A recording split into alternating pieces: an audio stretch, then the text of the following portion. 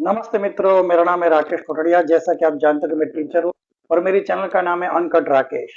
मतलब इसमें कोई एडिटिंग नहीं करता हूँ, कुछ भी अपना कट लगा के दूसरे वाक्य नहीं बोलता हूँ। जो कुछ भी मेरे दिमाग में है, जो कुछ भी मेरा ज्ञान मेरे दिमाग में, वो सीधा अनकट आपके पास पहुंचता है, बिना एडिटिंग किए सारा वीडियो बनाता हूँ और एंड तक एक भी कट नहीं आता। तो आज का हमारा विषय है कि गुस्से को कैसे कंट्रोल में किया जाए, गुस्से को कैसे काबू में किया जाए।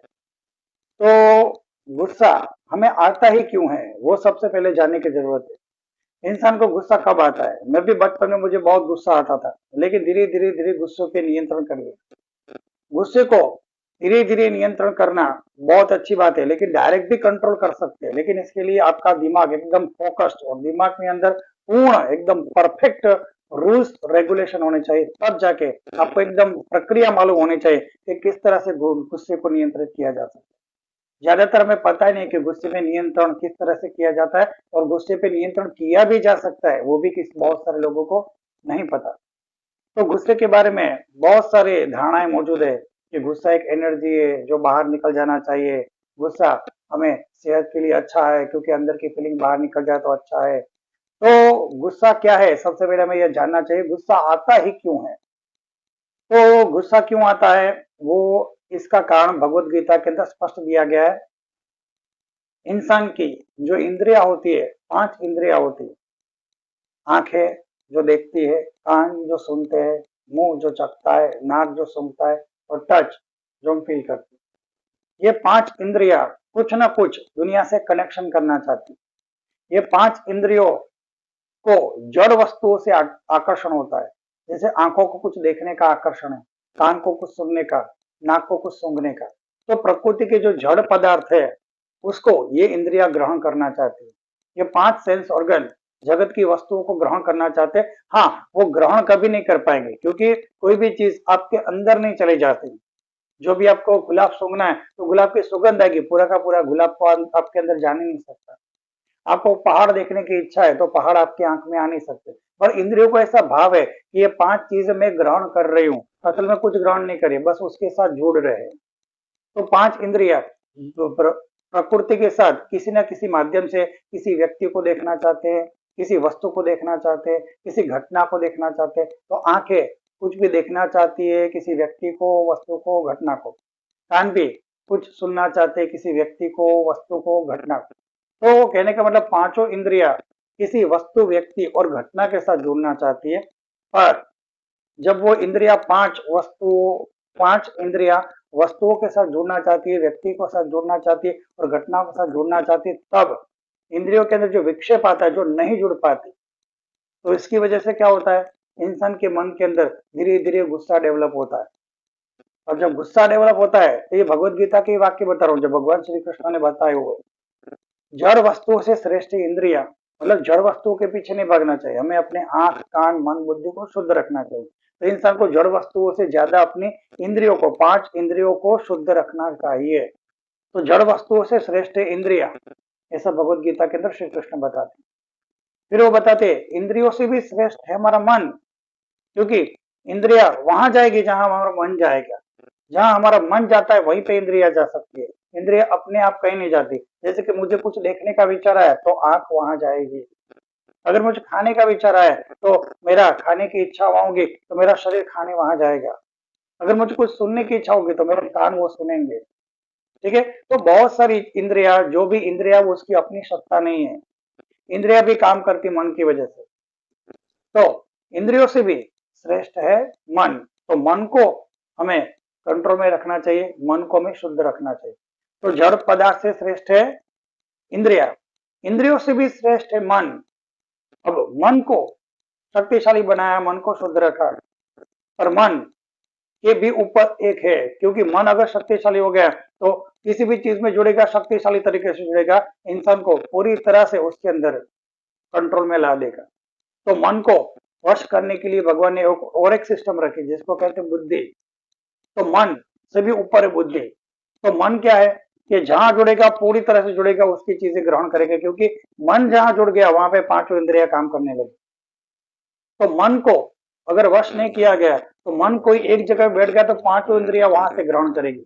तो इंद्रियों से श्रेष्ठ है मन, लेकिन मन कहाँ जुड़े वो हमारे अंदर बैठी हुई बुद्धि तय करनी चाहिए। और बुद्धि दो प्रकार की होती है, एक अच्छी बुद्धि, एक बुरी बुद्धि। अच्छी बुद्धि मतलब क्या? अच्छी जगहों पे जुड़े, अच्छी जगह पे बुद्धि रही तो मन वहां जाएगा, मन वहां जाएगा तो इंद्रिया वहां जाएगी और वहीं से ऊर्जाएं, ज्ञान, क्षेत्र वो सब ग्रहण करता है। और बुरी बुद्धि है तो वहां पे जैसे बुद्धि खराब हुई तो इंसान का मन वहां जाएगा, वहां पे पूरी इंद्रिया झोंकेगा और पूरी इंद्रियों से वहां से ज्ञान ग्रहण करेगा। तो बुद्धि उससे ऊपर है मन से। तो बुद्धि जितनी शुद्ध है उतना मन शुद्ध है, मन शुद्ध है, इंद्रिया शुद्ध है, इंद्रिया शुद्ध है तो फिर बाहर से जो ग्रहण करना है, जो ग्रहण कर रहे हैं वो सब शुद्ध मिलेगा। तो कहने का मतलब बुद्धि, और बुद्धि दो प्रकार की है ना, एक अच्छी और बुरी बुद्धि। अब दोनों में से अच्छी बुद्धि में कैसे जाए, क्योंकि सब कुछ अच्छा अच्छा हो। बुरी बुद्धि की तो सब बुरा बुरा होने लगे। तो बुद्धि से भी ऊपर एक और तत्व है जो हमारे शरीर के अंदर विद्यमान है, शुद्ध और पवित्र आत्मा। हमारा शरीर जो मैं बोल रहा हूँ तो मेरे अंदर शुद्ध और पवित्र आत्मा बैठी हुई, जो मैं यहाँ पे आपके साथ बात कर रहा हूँ। आप ये वीडियो देख रहे हो तो क्यों? आपके अंदर भी एक शुद्ध और पवित्र आत्मा है जो ये वीडियो के माध्यम से ज्ञान ग्रहण करना चाहती है, पर उसका एहसास हमें नहीं है। हमें जड़ वस्तु का एहसास होता है, पांच इंद्रियों का एहसास होता है, फाइव सेंस ऑर्गन का एहसास होता है। हमें अपने मन का भी एहसास होता है, मेरे में एक मन है। हमें बुद्धि का भी एहसास होता है, मेरी बुद्धि ने ये सोच रहा है, मेरी बुद्धि ऐसा काम कर रही है, वो भी आपको एहसास होता है। लेकिन आपको आपके अंदर बैठी हुई शुद्ध और पवित्र आत्मा का एहसास कभी नहीं होता। कारण क्या है? क्योंकि ये चार जो लेयर बन गए, जड़ वस्तु, इंद्रिया, मन और बुद्धि, इतना लेयर बन चुका है कि आपके अंदर जो बैठी हुई शुद्ध और पवित्र आत्मा की ऊर्जा है, जो आपको चला रही है, आपकी इंद्रियों को भी चला रही है शुद्ध और पवित्र आत्मा, आपके मन को भी चला रही है पवित्र और शुद्ध आत्मा, आपकी बुद्धि को भी चला रही है पवित्र और शुद्ध आत्मा, लेकिन जो चला रहा है वही अंदर है, जो दिख ही नहीं रहा। तो इसके मतलब क्या? जो बुद्धि ने जाना, जो मन ने समझा और उसके बाद जो इंद्रियों ने ग्रहण किया वही आप बन गए। असल में वो पूरे ऊपर के लेयर्स है। कहने का मतलब हम जो है वो एक शुद्ध और पवित्र आत्मा है, लेकिन हमें क्या लगता है मैं शरीर हूँ, ये सब कुछ, ये दुनिया मेरी है, मैं दुनिया का हूँ। तो असल में एक शुद्ध आत्मा और पवित्र आत्मा और परमात्मा का हूँ, ये ज्ञान हम पूरी तरह से भूल चुके हैं और सदियों से भूल चुके हैं। पहले पिछले जन्म में भूल चुके थे और आज भी हमें याद नहीं है। तो जिस तरह से धीरे धीरे सद ग्रंथों का पाठ करते हैं ना, वेदों शास्त्रों का, ऐसा कोई भी बुक नोवेल उठा के उसमें से कुछ जानकारी प्राप्त नहीं करनी चाहिए, क्योंकि वो तो कुछ भी अपनी तरह से मन से मन गढ़ंत बातें बताते। लेकिन वेदों शास्त्र है जो ऋषि मुनियों तपस्वियों ने बरसों साधना करने के बाद जो अपने ही अंदर आत्मज्ञान प्राप्त किया। और संतों की जो बात है, जो संतों की लिखी हुई बुक्स है, जो, अच्छा संतों का आपका अच्छा ना लगता कोई बात नहीं, वेदों के जो बुक है, उपनिषद है, वो प्रमाणभूत ग्रंथ है। ब्रह्मांड का ज्ञान भी उसमें है, पृथ्वी का ज्ञान भी उसमें, और इंसान के शरीर के बारे में प्रत्येक सूक्ष्म जानकारी उसके अंदर मौजूद है। उसके हिसाब से अगर आप ज्ञान ग्रहण करते हो तो आपकी बुद्धि खिल जाती है और आप अपनी ही शुद्ध और पवित्र आत्मा तक पहुंच जाते हैं। तो एक रहस्य है। तो हमें दूसरी बुक्स को पढ़ना, दूसरी जानकारी प्राप्त करना, उससे अच्छा अपने वेदों शास्त्रों का अध्ययन करना चाहिए, तो हमें सच्चा ज्ञान मिल सकता है।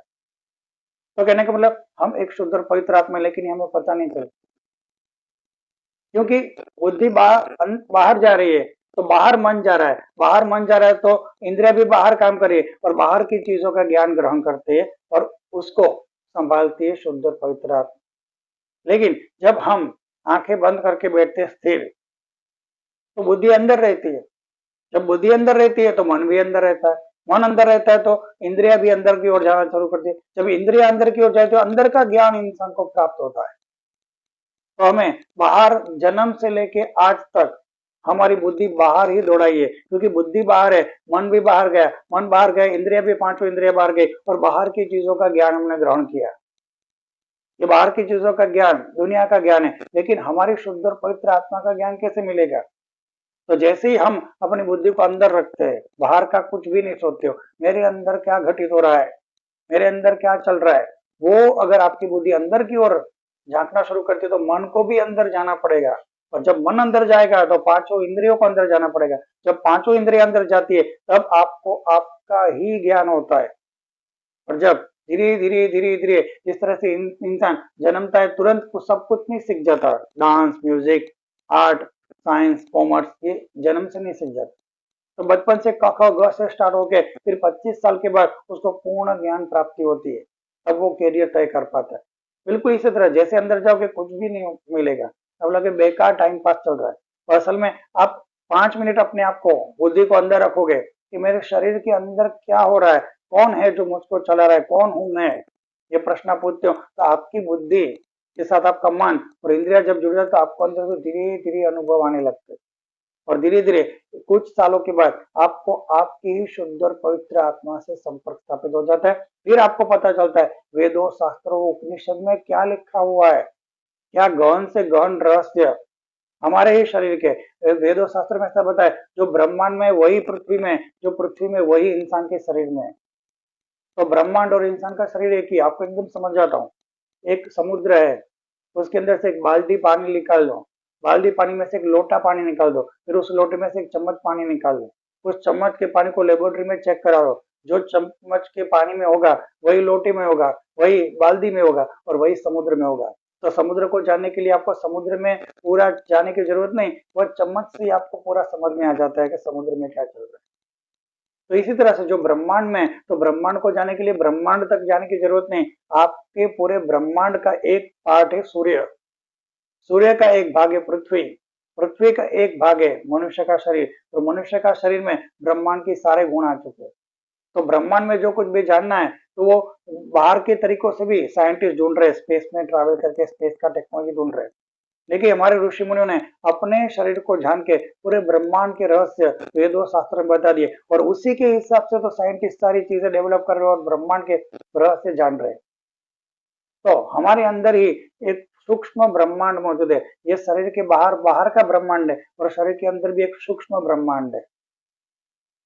अगर आपको विश्वास नहीं आता है तो क्वांटम मैकेनिक्स के लिए क्वांटम यूनिवर्स सर्च कीजिए। एक एक अणु एक एक ब्रह्मांड के समान है। अभी तो ऐसे रिसर्च आ रहे हैं, quantum mechanics, quantum physics, quantum entangle, ये सब जो शब्द बता रहा हूँ ना, आप यूट्यूब में जाके सर्च कीजिए। Quantum mechanics, quantum physics, quantum computing, quantum क्या कहते हैं, क्वांटम एंटेंगलमेंट। तो ये सब जो क्वांटम है ना, वो बाहर के ब्रह्मांड के साथ सूक्ष्म ब्रह्मांड के एक एक कण कण के अंदर परमात्मा है, ये स्मृति सार्थक करते हैं। स्ट्रिंग थ्योरी, तो ये जब जो थियरी आप पढ़ते हो साइंस की, तब आपको समझ में आता है जो आज जो ज्ञान दिया जा रहा है वो वर्षों पहले हमारे ऋषि मुनि तपस्वी ने दे ही दिया था, लेकिन हम उसको सीरियसली नहीं लेते। हमें क्या, अपने वेदों को वापस पढ़ना चाहिए, हमें अपने उपनिषदों को वापस पढ़ना चाहिए, हमें अपने ग्रंथों को वापस पढ़ना चाहिए, तो हम अपना सच्चा ज्ञान ग्रहण कर सकते हैं। आखिरकार हमारे शरीर के अंदर ही सारे ब्रह्मांड के रहस्य है। और दूसरा कि जब भी जड़ वस्तु नहीं मिलती तो फिर क्या होता है, इंद्रिय अतृप्त रहती है। इंद्रिय अतृप्त रहती है तो मन और बुद्धि व्यथित हो जाती है, और मन बुद्धि जब व्यथित होती है तो इंसान को गुस्सा आता है, और जब गुस्सा आता है तो क्या, बुद्धि कम काम करने लगती है। बुद्धि को विचार नहीं आते कि यह क्या सही है क्या गलत है। जब इंसान को बुद्धि व्यथित हो जाती है तो उसकी स्मरण शक्ति चली जाती है कि मैं कहाँ पे खड़ा हूँ, किसके साथ खड़ा हूँ, क्या कर रहा हूँ, सब वो भूल जाता है, और उसके द्वारा ऐसे ऐसे काम हो जाते हैं जो उसको नहीं करने चाहिए। वो अपने आप भी नुकसान करा लेता है, दूसरों को भी नुकसान कर डालता है। तो इस स्थिति में गुस्सा आता है। तो गुस्सा आने का क्या कारण है, जड़ वस्तु आपको नहीं मिली, व्यक्ति आपको नहीं मिले, घटनाएं वो नहीं हुई जो आपके साथ होनी चाहिए। तो ठीक है, इसकी वजह से इंद्रियों पे इफेक्ट आया, इंद्रियों की इफेक्ट मन पे आया, मन की इफेक्ट बुद्धि पे आई, बुद्धि के इफेक्ट के कारण बुद्धि ही नष्ट हो गई, बुद्धि नष्ट होने के कारण इंसान का ही पतन हो जाता है। तो वेदों शास्त्रों के अंदर, भगवत गीता के अंदर आप पढ़ोगे तो भी प्रचंड ज्ञान मिलता है। तो भगवत गीता में यही बताया कि इंद्रियों की इच्छाएं पूरी नहीं होती, अपने मन चाहे इंसान नहीं मिलते, मन चाहे घटना नहीं होती, मन चाहे वस्तु नहीं मिलती, तो इंसान की इंद्रिया अतृप्त रहती, इंद्रिया अतृप्त रहती तो मन बुद्धि विरोध करती है, विरोध करने के कारण गुस्सा आता है, गुस्से के कारण उसकी स्मृति चली जाती है, स्मृति चली जाती मतलब बुद्धि कम हो जाती, बुद्धि कम होने के कारण उसको पता ही नहीं चलता मैं कहाँ बैठा हूँ, क्या कर रहा हूँ, किस तरह से कर। तो कृष्ण भगवान ने बताया आपके अंदर बैठी हुई शुद्ध और पवित्र आत्मा को जानना ही सबसे बड़ा लक्ष्य होना चाहिए। जैसे आप अपने शुद्ध और पवित्र आत्मा के निकट पहुंचते हो, आपकी बुद्धि शुद्ध हो जाती है, मन शुद्ध हो जाती है, इंद्रिया शुद्ध हो जाती है। इसके कारण आपका गुस्सा कम हो जाता है, आपकी ईर्ष्या कम हो जाती है, आपके अंदर जो भी नकारात्मक गुण है धीरे धीरे कम हो, क्योंकि आत्मा, आपकी शुद्ध और पवित्र आत्मा शुद्ध गुण है, परमात्मा के गुण ही शुद्ध और पवित्र आत्मा में। ब्रह्मांड के जो लक्षण है वही आपके शरीर के लक्षण है, तो परमात्मा के जो लक्षण है वही सूक्ष्म रूप में आत्मा के ही लक्षण है। तो ऐसा कहते हैं ना, शिवो हम, तत्वमसि। तो ये जो ब्रह्मांड के जो महान रूल है वही भगवत गीता के अंदर और ऋषि मुनियों ने बताए हुए। तो ये जो ज्ञान है हमारे शरीर के अंदर जो है वही पूरे ब्रह्मांड के अंदर मौजूद है। जो आत्मा है वही परमात्मा के गुण रख के हमारे अंदर बैठी हो। कौन कौन के अंदर परमात्मा है? प्रत्येक जीव को जो चला रहे अंदर शुद्ध और पवित्र आत्मा बन के परमात्मा ही सबको चला रहे। और हमें वेदों शास्त्रों का कहाँ पढ़ना है? बाहर की चीजों का ज्ञान ग्रहण करना है। तो बाहर की चीजों का बहुत ज्ञान ग्रहण कर लिया, बहुत बार बुद्धि लगा दी, बहुत बार मन को भेज दिया, बहुत बार इंद्रियों को भेज दिया और बहुत बाहर का ग्रहण कर लिया। अब क्या?